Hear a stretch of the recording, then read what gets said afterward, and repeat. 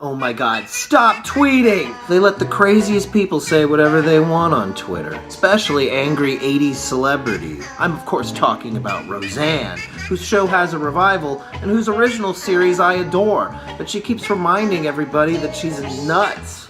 Granted, critics were pretty hard on her from the start, but Roseanne and the general pop culture have had a pretty combative and complicated relationship, to put it best. She is one of those rare celebrities so famous that she's referred to by just one name, bitch. Now you're gonna shoot a shit man.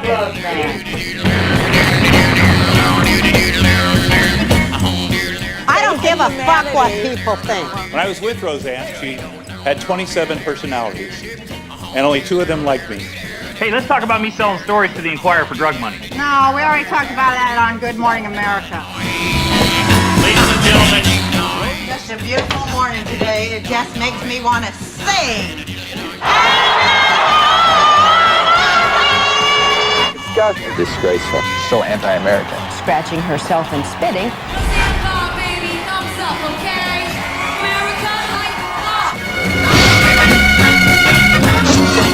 Never shied away from contentious issues. It featured the first lesbian kiss on TV. Yeah. How many times I have to bitch to them about casting? She was upset by a lot of the tabloid attention and how they just try to portray. I got a wicked rash. When I was 12 years old, I signed a deal with Satan because I wanted to get famous no matter what.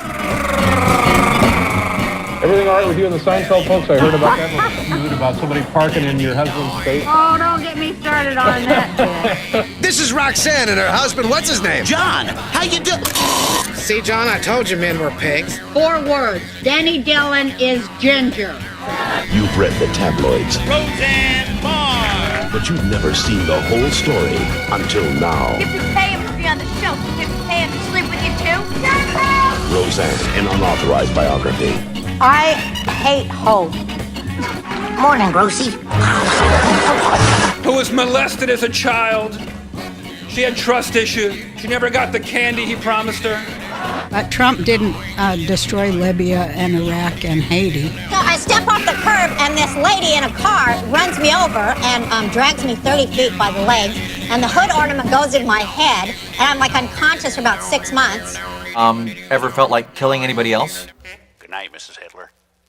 At least nobody can say Roseanne suddenly went crazy.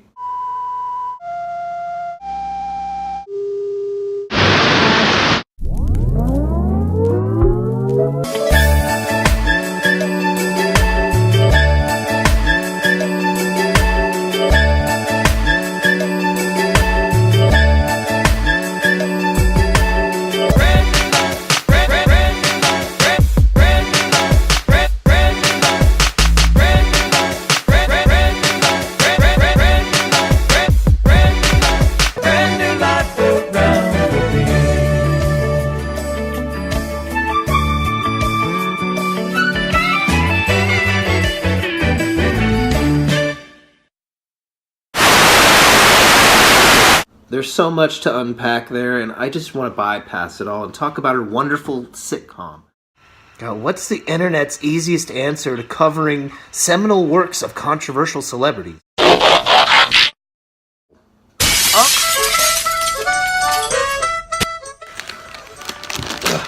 Look, like, if Roseanne heard you never were offended by something she said, she'd probably say something to offend you.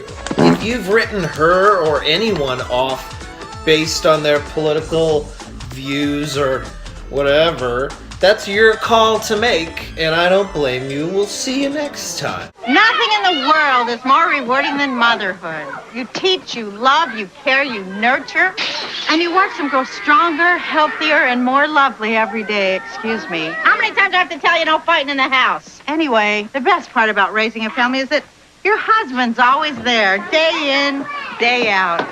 Oh, he's more than just my partner and my lover. He's my soulmate. The reason this show has been in reruns for 30 years is that it is the most genuine representation of working class American families on television. Oh my God! I want to hear it! I want to until it decided it was done doing that and moved on. They say she's the same, but she isn't the same. I mean, the show's memorable and great not only because of Roseanne, but all the talented people that came through it.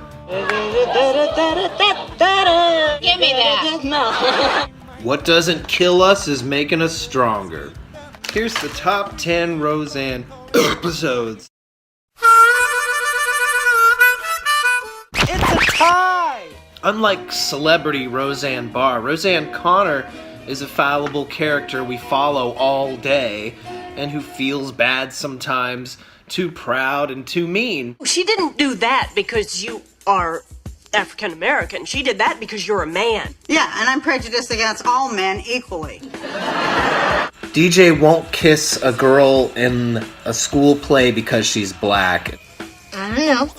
Is it because she's black? Well, you'll be mad if I say yes. No, we won't. Yes, we will. The episode is about Roseanne and Dan both reacting to it.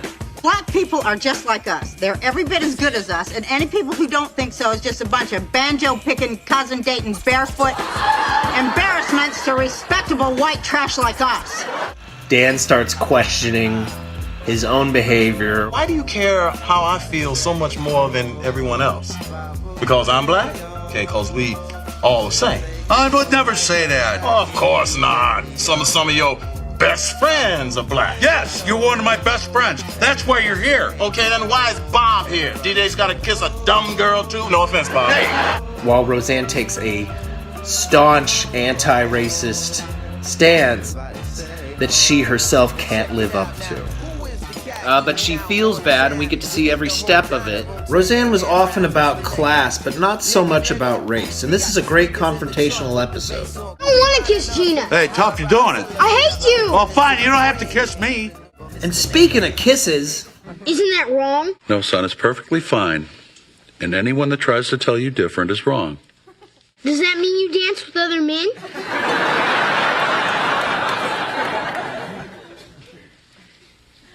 Yes, I do. Roseanne's completely overhyped how progressive she is to her newly out lesbian friend Nancy. It's a gay bar. Okie dokie.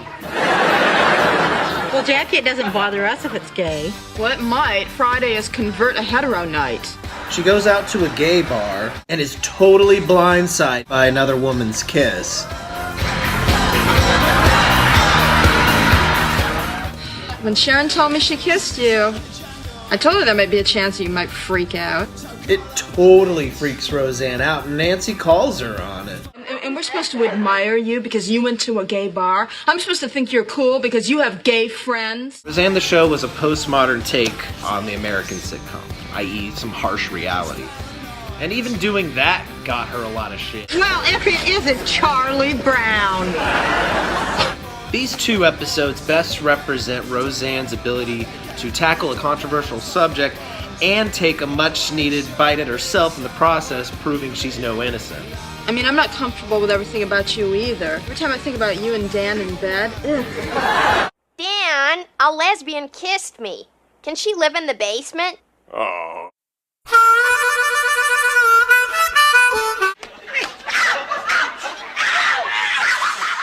Laurie Metcalf is this show's MVP. Oh, Jackie! Oh, there's all kinds of gravity in here. Early seasons of Roseanne tended to be more slice of life, and we would just see the family hang about for some period of time, or have one long discussion or fight, and this is one of the best ones, with Jackie wanting to become a cop and Roseanne wanting to stop her. Is this like a sex thing?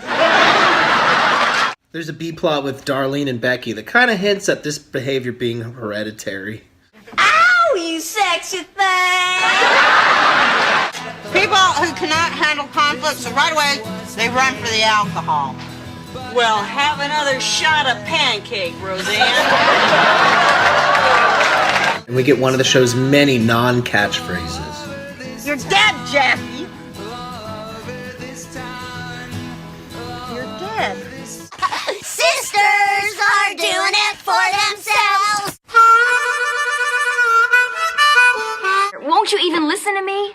No, No, we spent enough time in life together. We're done now. At one point, these teenage bizarro versions of Roseanne and Jackie live next door. The sex pot sister, Molly, was stalked in real life by a crazy person obsessed with her character. But even that's not enough to impress Darlene until she pulls out some Daisy Chainsaw tickets. Are you kidding? I'd love to meet Daisy Chainsaw. Well, you're not really going to keep me from going, are you? I mean, come on. Jamie's an orphan. Jamie's an orphan. Roseanne reluctantly lets Darlene go, and then immediately regrets it when late at night the two girls still haven't returned. You let her go all the way to Rockford. You let her do whatever the hell she wants. This is due to Molly being kinda easy. Let's go. It's getting late. So cute. Which one do you want? The one that'll kill you and stuff you into a trunk. This is the closest the show ever gets to Darlene having a spinoff where she's basically Daria. Where you girls been all our lives? Shut the hell up. That kid's messing with our minds. Let's get out of here. Oh, man. I feel like I'm in the middle of a really bad after-school special. This one's got some really funny fights. I'll accept your apology over eggs and French toast in the morning. And a really harsh-ass mom talk at the end. My mom never would have bought that. I lost my purse crap anyway. Oh, I don't know. Try me. I'm not as good when I haven't slept. Dan's enjoyment of Marmaduke is infectious. That damn pooch. Dad's dead! He's dead! No! Dead! Dad! Classic death episode. Listen, this is going to sound kind of weird and everything, but is he going to be coming down that conveyor belt with everybody's baggage? Jackie is in hysterics after her and Roseanne's dad dies. And again, Laurie Metcalf knocks it out of the coffin. Before we go on, I just want you to know that I'm feeling very irrational right now. I'm likely to buy anything that you show me. I'm also very likely to take out a gun and blow your head off. And I can't think of anything more rational. She is so funny, and Roseanne gets to do all the emotional heavy lifting when she confronts her father's corpse in private. Thank you for your humor. I love you. Goodbye. This is one of those evergreen, honest, just truth episodes. It says lots of things people feel and just the turmoil people go into when a loved one dies. What a shame we don't have some sort of flavored coffee to celebrate this moment in our life. I was going through what all the girls were going through at a certain age. I was having my first period. Oh my God! I want to hear it! I want to hear it! Poor DJ. Look, in the comic, his name is DDT. First, that horrific masturbation episode that's equally funny and worth checking out. Let's talk about DJ School. Yeah, I hear he got caught playing with his instrument in band. And then this happens. He starts sprouting erections in class. Of course, those usually come in the reverse order. Dan discovers this from Becky's husband, Mark. And then it turns into Dan's episode with him questioning Roseanne's control issues as a lack of faith in his parenting skills. This leads to Roseanne's infamous white dress story. Oh no, not the white dress story. This is a good one to whip out anytime. Hey, I know, you're there. Why don't you write a check and then I'll cover it on Monday? I'm good for it. We're screwed. Is anyone on TV poor anymore? This series mines every little nook and cranny of familiar living. It rains, there's a tornado episode, a Saturday in the backyard. Power goes out and they can't afford to pay the bill, so they just have to tough it out for the weekend. Middle class was fun. Eternal night. There's great additional drama featuring David, Darlene's high school boyfriend, but this one could have coasted on just a weekend without electricity on its own. First of all, I don't want to have sex yet. And second, you think I'd do it with you 20 feet away? Why not? You could do it real quiet without us knowing about it. Really? You can't. So what are you going to do? Nothing. That's what you did last weekend. Yeah, well, I'm not finished. Darlene Connor was America's first real teenager. Oh, don't drag me into this. All you do is just lay here on the couch staring at that stupid TV. And I do it as well as any man. This is the episode where she turns from a sarcastic tomboy to a moody, depressed, introverted teenager who's too smart for her own good. You didn't happen to accidentally pick up Zorro's bag by mistake. And nobody in the family knows how to handle it. Dan is especially hurt because they were so close when she was a child, and it's really tough seeing her and Dan not know how to deal with it. The final confrontation is very vague, but very specific. It's school, it's my friends, it's the way I look. It's you, it's Dad, it's everything. And they learn to really just give Darlene space to figure out her life. This one's Darlene-tastic.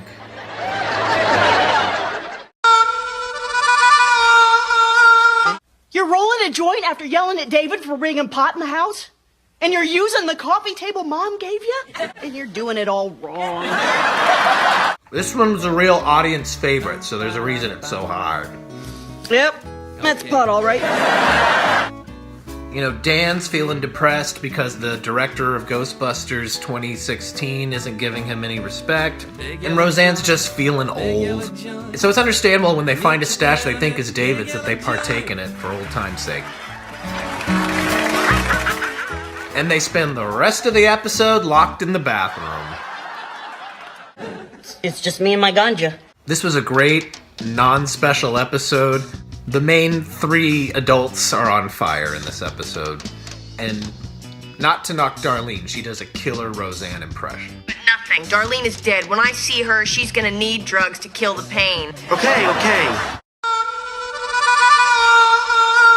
What are you guys going out as? If I want candy, I'll go through your purse.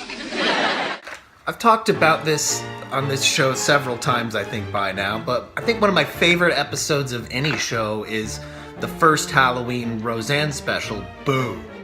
Not only have the best Roseanne Halloweens taken a page from this episode, but any sitcom doing a Halloween episode has taken a page from this show. Everybody acts like a family on a holiday. They're giving each other loving crap as opposed to being kind of mean later. This could be the pilot for Roseanne. You get a sense of every character. Lonnie, I thought you were gonna be Jason for Halloween. I'm supposed to be a pirate. Yo ho ho. We are obviously separated by denominational differences. I can knock it down a couple because it's a holiday episode. I love how much fake death and blood is in this episode, and I love how there's 100 endings. This episode just won't stop. Where did you get the hideous mask? Drop dead. Welcome to the Tunnel of Terror. This time, it's personal. My favorite episode, number one by far, Inherit the Wind. Becky, cut the cheese. This is the episode where Becky farts in front of the whole school. People are already calling her Connor the Bomber. And that's it. Nothing else happens. It's just family meltdown. It was great. One of the things that Roseanne nailed right away on her show was just the sense of family, the sense of love, and the sense of humor, and the dramatic and the overly dramatic, and how they could all happen at any point in your family's day. Why don't you go upstairs and talk to her? Because I figure this is your area of expertise. Even Crystal's funny. Lonnie told me about Becky's unfortunate accident. I'm so sorry. Everybody's great in this one. You get a sense of every character. Dan's hilarious, Darlene's hilarious. Jimmy Meltrigger's the head of my committee. I don't know if it's the way she's dressed, but she just looks farty in this episode. She just looks like she did it. This one puts a real warm feeling in you. I heard you laid down the law. And that's it for my Roseanne Top 10, and I urge all of you to revisit this series, because I really feel that it's evergreen, and a reason that it's coming back and having a revival is because it deserves one. I always wanted to talk about Roseanne, and now I'd done it. And I blandly wrapped up the top 10 like I always wanted to, as a story. That's right, it was all just a story I wrote. The postmodern take on me slowly fade to another different me who was really writing this review. Postmodern style. I never reviewed anything. I just talked about TV and stuff and junk. And send. Whatever.